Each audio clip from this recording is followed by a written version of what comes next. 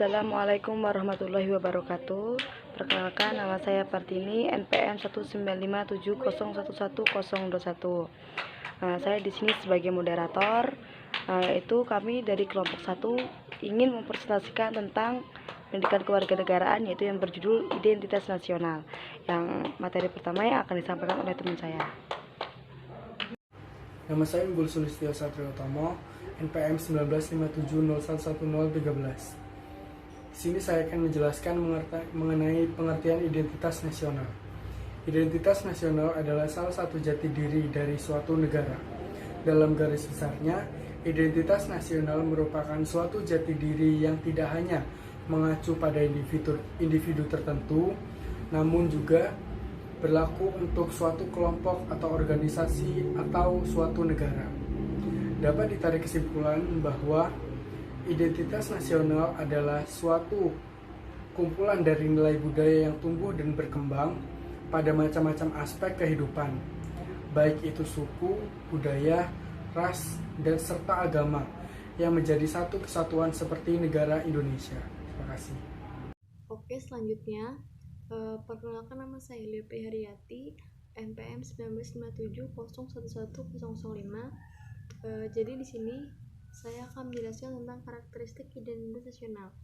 Jadi karakteristik identitas nasional ini dibagi menjadi 3, yaitu yang pertama ada kesatuan Indonesia, terus yang kedua ada persamaan nasib, dan yang ketiga itu ada keinginan untuk merdeka. Jadi yang pertama itu adalah kesatuan Indonesia. Kenapa kesatuan Indonesia ini disebut dengan karakteristik identitas nasional? Kenapa? Karena kesatuan Indonesia ini, karena bangsa Indonesia ini memiliki ciri khas yang berbeda dari bangsa-bangsa lain. Itu yang membuat bangsa Indonesia ini berbeda dengan bangsa lain, yaitu dengan ciri khasnya atau karakternya. Terus yang kedua itu ada persamaan nasib. Jadi pengertian dari persamaan nasib ini adalah semua hal ini dibuktikan dengan sejarah yang ada, yang menegaskan bahwa Indonesia ini dijajah oleh bangsa lain dalam waktu yang cukup lama. Pada saat itu kondisi tersebut dirasakan hampir seluruh rakyat Indonesia, dan hal ini tercermin dalam identitas nasional yang ada pada pembukaan Undang-Undang Dasar 1945. Terus yang ketiga itu ada keinginan untuk merdeka.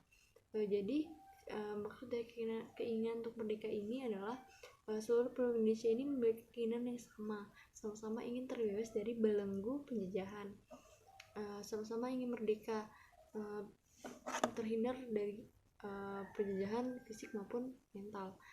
Jadi sehingga hal ini sudah tercantum di Undang-Undang Dasar 1945 yang berbunyi segala bentuk penjajahan di muka bumi ini harus dihapuskan. Assalamualaikum warahmatullahi wabarakatuh. Perkenalkan, nama saya Vera Amelia, NPM 1957011016. Di sini saya akan menjelaskan tentang unsur-unsur pembentuk identitas nasional. Yang pertama itu suku bangsa. Suku bangsa merupakan golongan sosial yang khusus dan bersifat preskriptif. Artinya, individu memilikinya sejak lahir dan bukan kuasanya untuk memilih.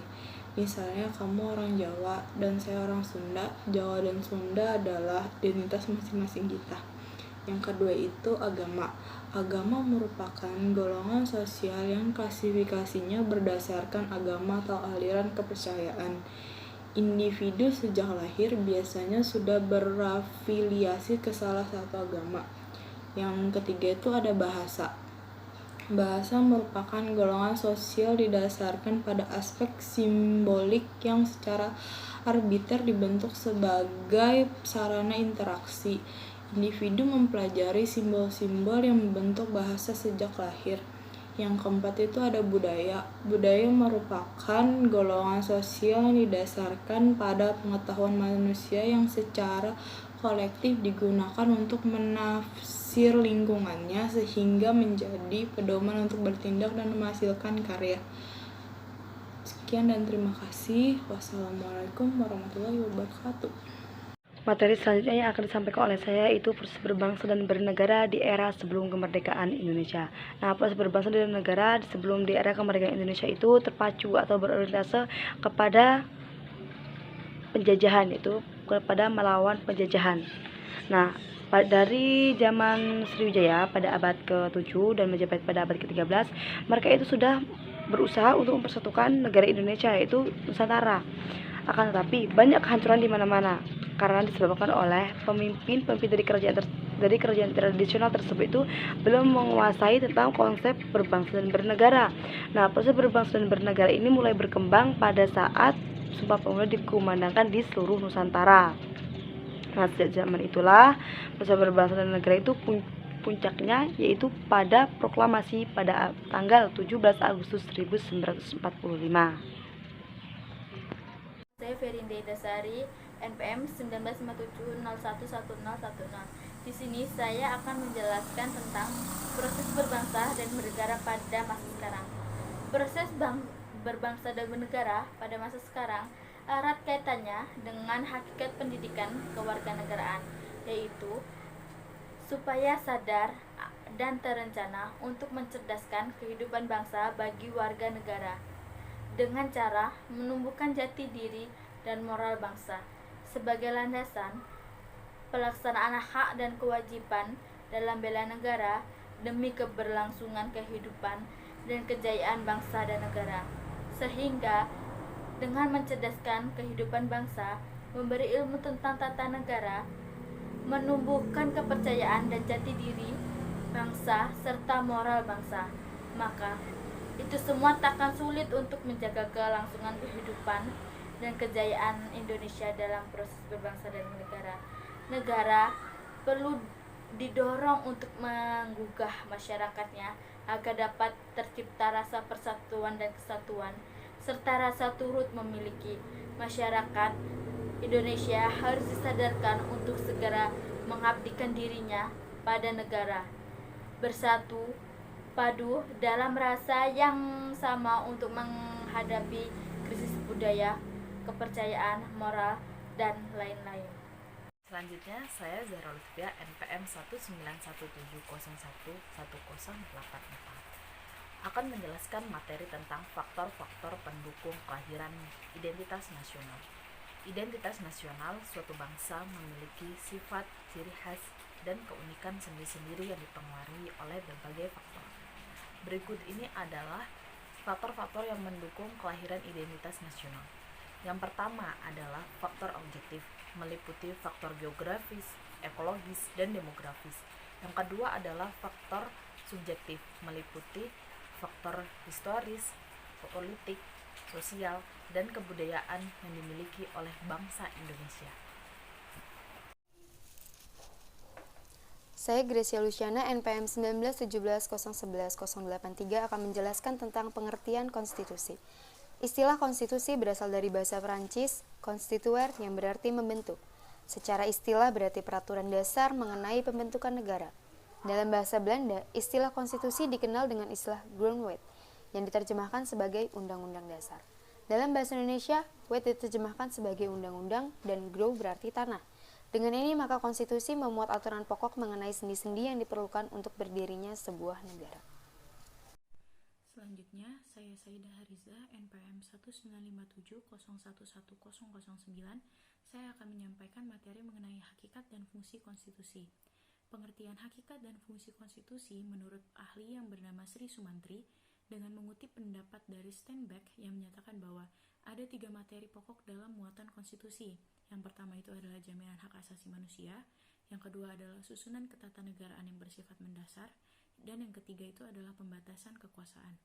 Nah, dalam paham konstitusi demokrasi, dijelaskan bahwa isi-isi dari konstitusi itu meliputi yang pertama, anatomi kekuasaan yang tunduk terhadap hukum, yang kedua itu adalah jaminan dan perlindungan hak-hak asasi manusia, yang ketiga adalah peradilan yang bebas dan mandiri, dan yang terakhir adalah pertanggungjawaban kepada rakyat.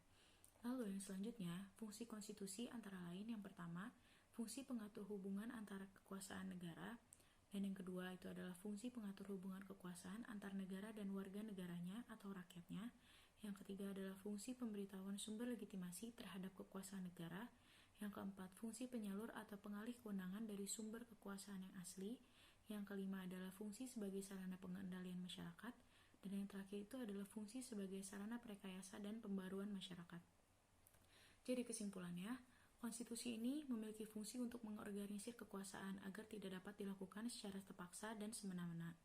Dalam gagasan konstitusionalisme, konstitusi atau undang-undang ini tidak hanya merupakan suatu dokumen yang mencerminkan pembagian kekuasaan.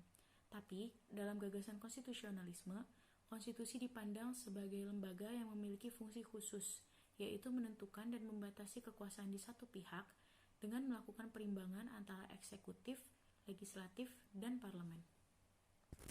Assalamualaikum warahmatullahi wabarakatuh. Nama saya Maulana Nadif, saya dari kelompok 1. Saya akan menjelaskan tentang dinamika pelaksanaan konstitusi. Sebagaimana yang kita ketahui, Indonesia menggunakan dasar konstitusional, yaitu Undang-Undang Dasar 1945, yang mana dibentuk dan dirancang oleh BPUPKI dari tanggal 29 Mei hingga tanggal 16 Juli 1945. Lalu disahkan pada tanggal 18 Agustus 1945 oleh PPKI, dan PPKI sendiri merupakan penerus dari BPUPKI yang bertujuan untuk memperlancar kemerdekaan Indonesia.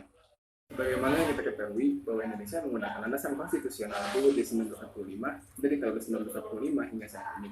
Namun, dari tanggal 18 Agustus 1945 hingga saat ini, landasan konstitusional Indonesia berubah-ubah karena berbagai faktor. Pada awalnya, Indonesia menggunakan UUD 1945 dari tanggal 18 Agustus 1945 hingga tanggal 27 Desember 1949. Pada awalnya, UUD ini terdiri dari bagian pembukaan, batang tubuh, 16 bab, 37 pasal, 4 pasal peralihan, dan 2 pasal aturan tambahan.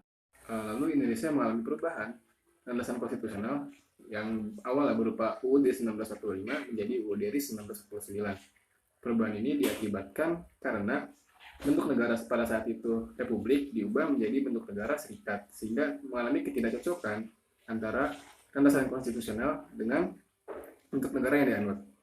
UUD RI 1949 ini terdiri dari 6 bab, 167 pasal, dan beberapa bagian lainnya. Indonesia mengalami perubahan landasan konstitusional untuk kedua kalinya, yaitu dari UUD RI 1949 menjadi UUD S 1950. Kali ini terjadi karena adanya perubahan, namun bukan pada bentuk negaranya, tetapi pada sistem pemerintahnya yang awalnya berupa presidensial menjadi parlementer. Nah, pada saat sistem demokrasi parlementer dilaksanakan, Indonesia bukannya mengalami kemajuan, tetapi malah lebih sering terjadi perubahan kabinet yang mengakibatkan pembangunan Indonesia terhambat, sehingga para petinggi negara merasa tidak cocok dengan UUD 1950 ini. Nah, terus UUD ini diganti kembali menjadi UUD 1945 berdasarkan Dekret Presiden pada tanggal 5 Juli 1959. Dekret Presiden 5 Juli 1959 ini berisi tentang perubahan landasan konstitusional yang berubah dari UUD 1950 menjadi UUD 1945. Seiring berjalannya waktu, Indonesia juga mengadakan amandemen UUD 1945, yaitu sebanyak 4 kali. Amandemen pertama dilaksanakan pada tahun 1999, kedua pada tahun 2000, yang ketiga pada tahun 2001, yang keempat pada tahun 2002. Amandemen ini bertujuan untuk menyempurnakan tatanan negara, kedaulatan rakyat, HAM, pembagian kekuasaan, dan lain sebagainya. Kenapa pembagian kekuasaan disempurnakan? Karena pada awalnya, pada tahun 1949 itu sendiri, terdapat penyimpangan UUD 1945, yaitu mengangkat Presiden Soekarno menjadi Presiden seumur hidup oleh MPRS. Lalu Presiden mengangkat Ketua dan Wakil Ketua MPR atau DPR, dan MA serta Wakil Ketua DPA menjadi Menteri Negara. Sekian.